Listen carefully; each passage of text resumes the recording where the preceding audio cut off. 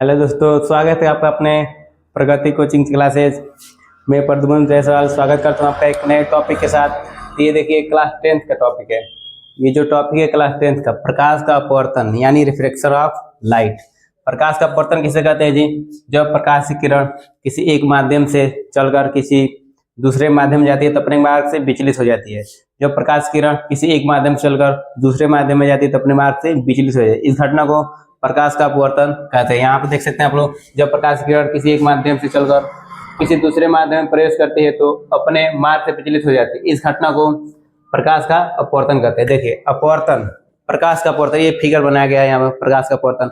अब देखिए इसमें इसका परिभाषा और दो तरीके से देख सकते हैं। जैसे कि जब प्रकाश की किरण किसी सघन माध्यम से चलकर किसी विरल माध्यम में प्रवेश करती है तो अपने मार्ग से अभिलंब से दूर हट जाती है। देखिए ये अभिलंब है आपका, ये क्या है? सघन माध्यम है, प्रकाश की किरण आ रही है सघन माध्यम से और विरल माध्यम में प्रवेश करिए तो अभिलंब से दूर हट रही है। ये देखिए ये इसका वास्तविक है, ये इसका वास्तविक किरण है, लेकिन ये अभिलंब से कहाँ गई है? दूर गई है। ठीक है, तो इस घटना को क्या कहते हैं? प्रकाश का अपवर्तन। जब प्रकाश की किरण किसी सघन माध्यम से चलकर किसी विरल माध्यम में प्रवेश करती है तो अपने मार्ग से अभिलंब से दूर हो जाती है। अभिलंब से दूर हो जाती है, इस घटना को क्या कहते हैं? प्रकाश का अपवर्तन। फिर एक और इसमें कर सकते हैं, जब प्रकाश की किरण किसी विरल माध्यम से चलकर किसी सघन माध्यम में प्रवेश करती है तो अभिलंब की तरफ झुक जाती है, अभिलंब की तरफ झुक जाती है। इस घटना को प्रकाश का अपवर्तन कहते हैं। ठीक है, अपवर्तन का दो नियम होता है। ठीक है, अपवर्तन का दो नियम होता है। पहला देखिए अपवर्तन का नियम, इसका दो नियम होता है।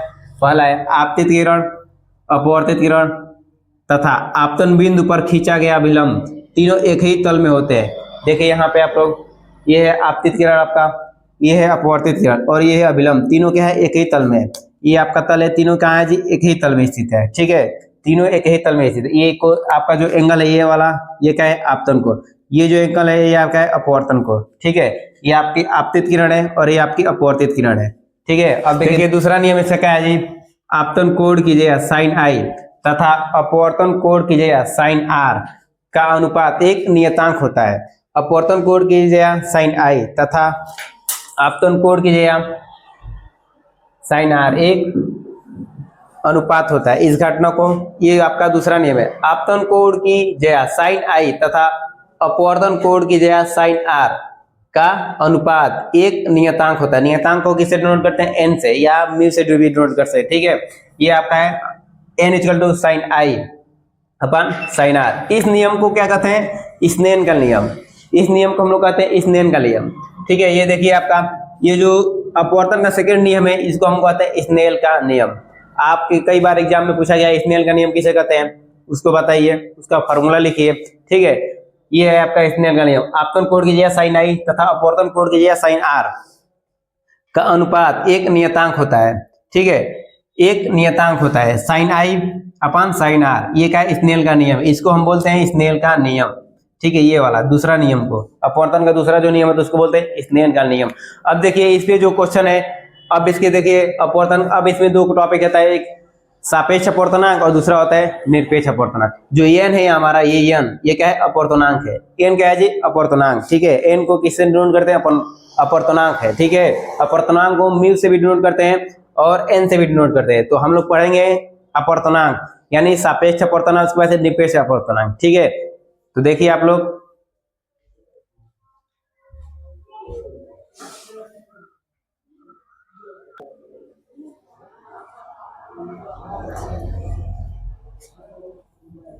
अब देखिए यहाँ पर अपवर्तनांक, अपवर्तनांक किसे कहते हैं जी? ये देखिए अभी जो पीछे फार्मूला पढ़े हैं sine i upon sine r, ये एन होता है, नियतांक होता है। नियतांक एन को क्या करते हैं? अपवर्तनांक बोलते हैं। यहाँ पर अपवर्तनांक, अपवर्तनांक क्या होता है? आपतन कोण की जया साइन आई तथा अपवर्तन कोण की जया साइन आर का अनुपात एक नियतांक होता है, जिसे क्या कहते हैं?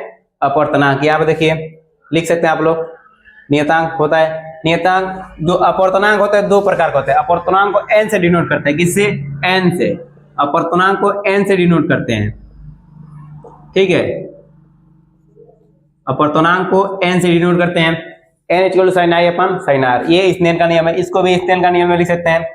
ये स्नेल का नियम हो जाएगा आपका। दो प्रकार होता है, सापेक्ष अपवर्तनांक और निरपेक्ष अपवर्तनांक। यहाँ पे देखिए सापेक्ष अपवर्तनांक किसे कहते हैं?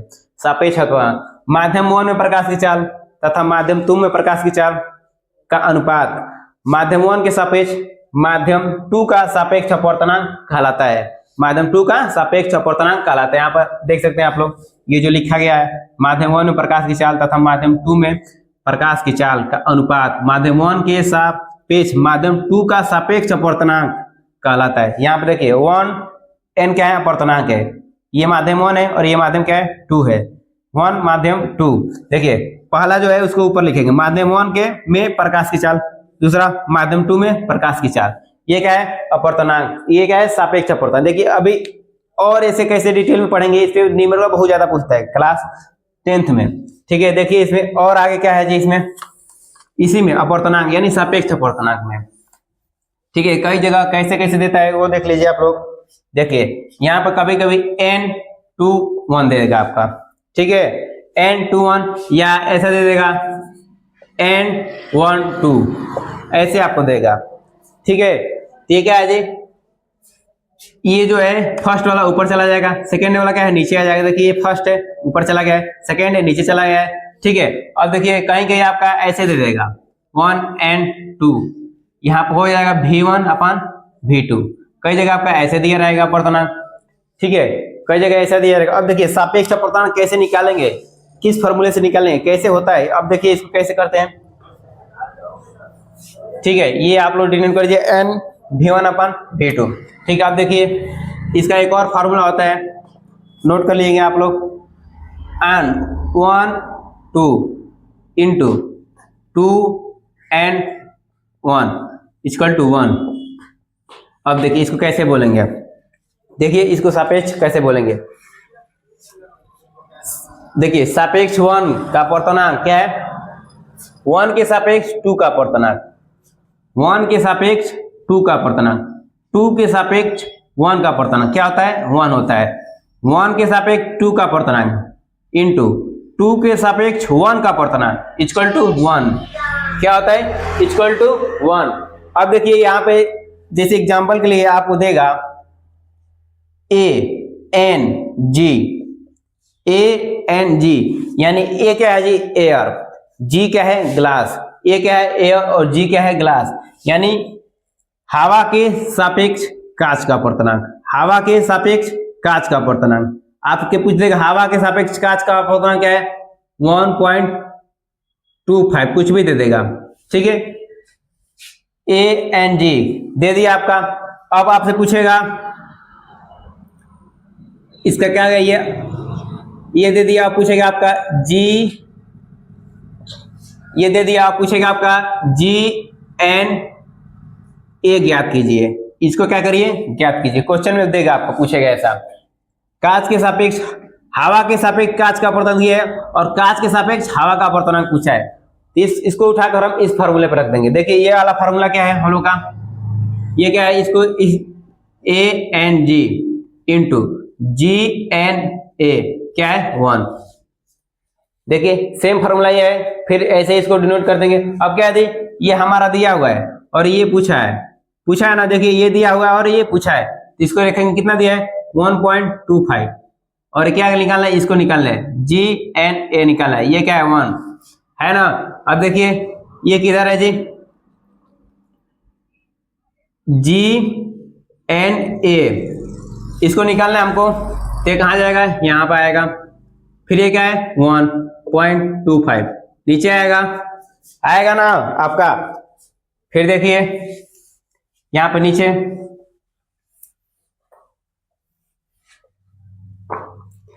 नीचे आपका देख लीजिए कैसे होगा, इसको निकालना है GNA, ये निकालना है। अब यहाँ पर पॉइंट हटाएंगे तो 0 बढ़ेगा, फिर 0 बढ़ेगा, ये हो गया हमारा, ठीक है। अब इसको डिवाइड कर देंगे, 20 से डिवाइड करिए, क्या होगा, GNA क्या होगा जी, 4/5, ये हो गया। यहाँ इसको चाहें तो यहाँ पर छोड़ सकते हैं हम लोग, ठीक है। अगर इसको छोड़ देंगे, नहीं तो इसको और आगे क्या करेंगे, डिवाइड कर देंगे। ये क्या हम लोग का सापेक्ष अपवर्तनांक है, क्या है, सापेक्ष अपवर्तनांक, ठीक है। अब इसके आगे हम लोग पढ़ेंगे निरपेक्ष अपवर्तनांक, इसको ऐसे निकाला जाता है, ठीक है। ये एक फार्मूला है आपका, एक ये फार्मूला है। अब देखिए आपका कैसे पूछेगा, ये जो आपका ऐसे पूछेगा, ए यानी क्या है, ये हवा, एयर, जी यानी क्या है जी, कांच, ग्लास होता है। फिर एक आता है W यानी वाटर, पानी, जल, ठीक है। फिर एक आता है D यानी हीरा, डायमंड, ठीक है। सबसे ज्यादा क्या होता है, डायमंड का होता है अपर्तनांक, 2.42 इसका होता है अपर्तनांक, हीरे का होता है, ठीक है। उसके बाद से हवा का होता है, फिर क्या होता है, पानी का, फिर कांच का, ठीक है। ऐसा ये आपका है ये वाला। अब देखिए आपका कैसे होगा, किस तरह होगा। आपको एक क्वेश्चन में पूछेगा A&G पूछेगा, हवा का अपर्तनांक देगा, कांच का अपर्तनांक देगा। अब पूछेगा आपका हवा का अपर्तनांक दे देगा, फिर कांच का अपर्तनांक देगा। अब पूछेगा हवा के सापेक्ष कांच का अपर्तनांक ज्ञात कीजिए, हवा के सापेक्ष कांच का अपर्तनांक कीजिए। तो यहाँ पे देखिए N ये वाला जो रहता है ऊपर चला जाता है G, और N ये वाला जो होता है नीचे चला जाता है। ये क्या फॉर्मूला है, ठीक है।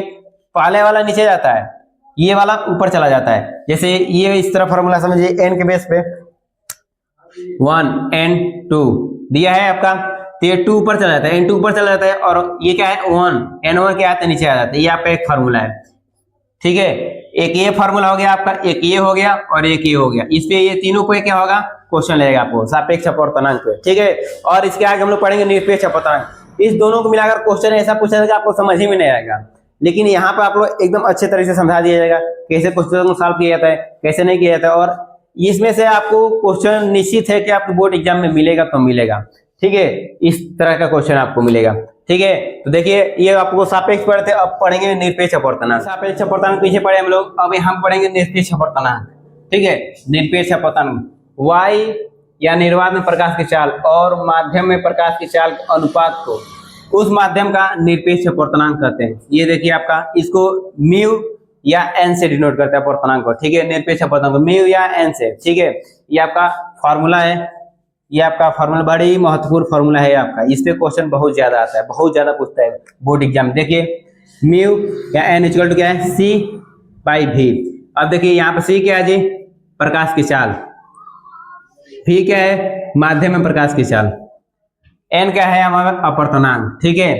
ये आपका क्वेश्चन बहुत ज्यादा पूछेगा इस पे, इस फॉर्मूले पे आपका, ठीक है। अब देखिए सापेक्ष और निरपेक्ष अपर्तनांक में संबंध क्या होता है, 1N अभी आपको ऊपर बताएं, ठीक है। अभी ऊपर बताएं क्वेश्चन पूछा जाता है वही है सेम सेम, 1N2 क्या है, 2 ऊपर चला जाता है, N नीचे आ जाता है। 1N2 multiply 2N1 equal to 1 होता है। अभी आपको जस्ट ऊपर है। अब देखिए ये आपका निरपेक्ष अपर्तनांक पीछे पढ़े, अभी सापेक्ष अपर्तनांक पढ़े है ना। ये दोनों पे आपका क्वेश्चन निश्चित है कि पूछता है एग्जाम में, और बच्चे कर नहीं पाते हैं, ठीक है। इसको एकदम आसान शब्दों में आपको समझाया गया है। अगर आपको नहीं समझ में आए तो वीडियो को पीछे करके 2 से 3 बार रिवाइज कर देंगे, और इसको कॉपी में अच्छी तरह से नोट्स बना लीजिए, ठीक है। और जितना हो सके उतना रिवीजन करिए इस पे। अभी इस पे क्वेश्चन आपको बताया जाएगा, बहुत ज्यादा क्वेश्चन बताया जाएगा। आप क्वेश्चन को हमेशा रिवाइज कर, देखिए इस तरह के क्वेश्चन इसमें लगेगा, एकदम इजीली तरीके से आपको क्वेश्चन लगेगा, ठीक है। एकदम इजी तरीके से आपका क्वेश्चन लगेगा कि आप लोग हमेशा के लिए ये आपको याद हो जाएगा, ठीक है। ये क्या होगा, याद हो जाएगा आपका। अभी सापेक्ष और निरपेक्ष अपर्तनांक में संबंध पढ़ लिए, ठीक है। और उसको आप लोग भूलिएगा मत, ठीक है। जो अभी पीछे पढ़ा है निरपेक्ष अपर्तनांक, सापेक्ष अपर्तनांक, सब एक ही तरह। सबसे ज्यादा कंफ्यूज बच्चों में ये होता है, ये जो दिया है ANG, इसको कैसे लिखेंगे और क्या बोलेंगे, ये आपको होता है। देखिए y हवा के सापेक्ष कांच का अपर्तनांक, यहाँ पे लिख दे रहे हैं हवा के सापेक्ष, हवा के सापेक्ष, ये क्या है, ग्लास, ग्लास का क्या होता है, कांच, हवा के सापेक्ष कांच का अपवर्तनांक क्या है, हवा के सापेक्ष कांच का अपवर्तनांक, ये होता है इसका ड्यूरेट। अगर यहाँ पर G/N/A लिख देंगे तो क्या होगा, कांच के सापेक्ष हवा का अपवर्तनांक। यहाँ पर W/N/G लिख देंगे तो क्या होगा, जल के सापेक्ष कांच का अपवर्तनांक, ठीक है। इसी तरह इसको ये होगा, क्या होगा, सापेक्ष, ये क्या है, इसका अपवर्तनांक पूछेगा, ठीक है। फर्स्ट वाला सापेक्ष और सेकेंड वाला क्या है, अपवर्तनांक, ऐसे आपको पूछेगा, ठीक है। इसमें कंफ्यूज नहीं होना है आपको, बच्चे इसी में सबसे ज्यादा कंफ्यूज रहते हैं, ठीक है। अब क्वेश्चन को कैसे देखेंगे, क्वेश्चन कैसे सॉल्व करें, चलिए देखते हैं आगे क्वेश्चन कैसे सॉल्व करते हैं।